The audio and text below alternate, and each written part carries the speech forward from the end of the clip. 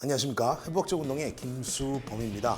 이번 시간은 햄스트링 편 관련된 부분들을 가지고 여러분들과 공부해보는 시간을 갖도록 하겠습니다. 먼저 햄스트링을 공부할 때 많은 선생님들이 무릎을 굽혀주는 근육이다 정도로 알고 계시거나 다리를 신전하는, 즉 고관절의 신전근 정도로 알고 계시는 부분들이 굉장히 많습니다. 그런데 햄스트링을 공부하실 때 선생님들이 한 가지만 기억하시면 돼요.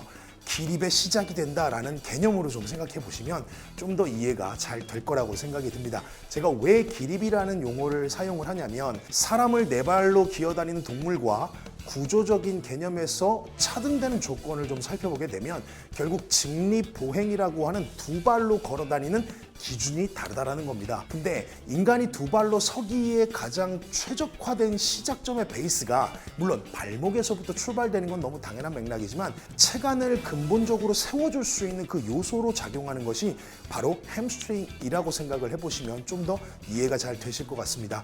자, 우리가 햄스트링에 대한 부분들을 공부할 때 놓치지 말아야 될 것은 일상생활의 영역과 인간이 가진 본질의 어떤 기능에 대한 부분들의 차이를 좀 잘 이해하고 출발을 하셔야 됩니다. 일상생활에서 우리가 사용하고 있는 이 햄스트링에 대한 기능은 어떠하며 본질의 햄스트링의 기능은 어떠한지를 선생님들께서 알고 계셔야 운동이 진행이 되면서 햄스트링에 관련된 그 중요성을 좀 더 논리적으로 이해하고 관리 전략을 꾸려나가는 데 있어서 구조를 바탕으로 기능을 추론할 수 있는 어떤 기준이 된다라고 생각해 보시면 좋을 것 같습니다. 햄스트링을 교과서적으로 우리가 표현할 땐 좌식 생활의 피해자라는 용어를 사용을 합니다. 왜냐하면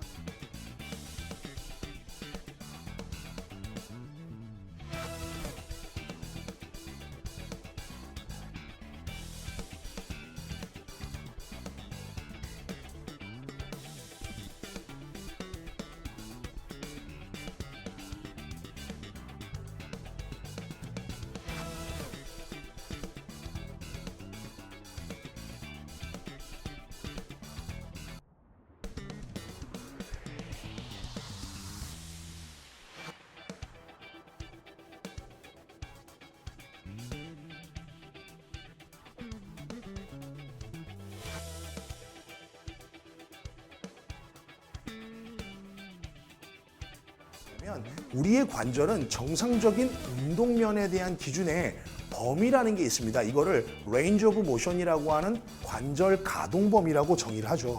이 관절 가동 범위가 노멀하게 허용될 수 있는 기준의 각도까지는 충분히 확보가 돼 있어야 흔히 시상면, 이마면, 가로면이라고 정의되는 이 운동면에 대해서 돌림 운동들을 아주 효과적으로 수행할 수 있습니다. 결국 이것들이 합쳐져서 우리가 진행하는 스쿼트가 되던 데드리프트가 되던 랩 다운이 되던 다양한 관절에서 그 운동 범위를 합해서 운동의 동작이 결과적으로 나오는 것들이고요. 결국 이렇게 관절들의 운동 범위가 합쳐진 가운데 하나의 동작이 수행된다라고 하는 건 어떤 동작을 수행하는 데 있어서 하나의 관절만 사용하지 않기 때문에 하나의 단관절 기준에서 표현하고자 하는 이 뼈대근에 대한 개념들을 하나씩 더해가는 과정 안에서 그 단관절에서 이해됐던 것들이 좀 더 많은 정량적 수량이 늘어나더라도 충분히 논리적인 흐름을 놓치지 않고 이해할 수 있는 맥락이 된다라고 생각해 보시면 좋을 것 같습니다. 햄스트링의 구조가 단순히 햄스트링만 연결하는 것이 아니라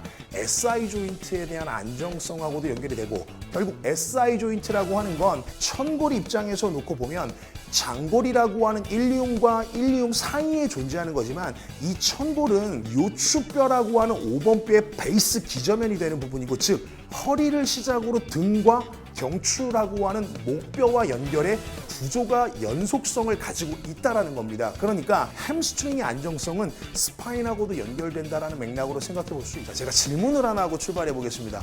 자, 무릎 관절을 지나가는 뼈대근은 어떤 녀석들일까요? 하나, 둘, 셋. 끝났습니다. 우리 무릎 관절에서 무릎 관절을 지나는 뼈대근이다라고 한다면 힘줄이 그 관절을 지나가야 되거든요. 그러면 아마 쿼드리셉스요라고 얘기하시는 선생님들도 계실 거예요. 근데 쿼드리셉스는 정확히 표현하면 파텔라 베이스라고 하는 무릎 위쪽에 연결을 합니다. 그리고 그 파텔라 베이스의 앞쪽을 지나가서 티비아 튜버러스티라고 하는 경골 조면에 붙는 녀석이 힘줄이 아니라 인대성 조직입니다. 그래서 우리가 파텔라 리가먼트 이렇게 표현을 하죠. 자, 그렇다면 무릎 앞쪽에 있는 쿼드리셉스는 세이크로 튜버러스 리가먼트. 제가 햄스트링 개념 강의를 설명할 때 SI 조인트를 연결하는 천조인대가 있다라고 설명을 드렸습니다. 그 천조인대가 여기 보면은 세이크럼이 이렇게 붙어 있는 거거든요. 이 천조인대와 함께 이렇게 반건양근이라고 하는 텐디노서스의 힘줄하고도 같이 연속성을 가지고 연결하게 됩니다. 그래서 햄스트링이 SI 조인트의 안정성에 기여한다라고 하는 개념이라고 제가 설명을 드렸고, 우리가 맥시무스 편을 공부할 때 SI 조인트의 신드롬이다라고 표현되는 천장관절 증후군에 관련된 편을 제가 강의할 때 설명을 드렸어요. 무릎 관절이 굽힌된 상태를 오래 하다 보면 무거워질 수 있는 상황이 생기거든요. 일종의 관절 주머니 뒤쪽에 있는 조인트 캡슐이라고 하는 무릎 관절 주머니와 또는 그 뒤를 보강하고 있는 리가멘트들이 뒤쪽이 길이가 짧아진다는 의미예요. 이때 길이가 짧아질 때 햄스트링도 같이 짧아져 있는 거잖아요. 근데 여기다가 스트레칭을 갖다 늘려버리게 되면 무릎 관절 자체가 텐션 스트레스를 너무 많이 받게 되거든요.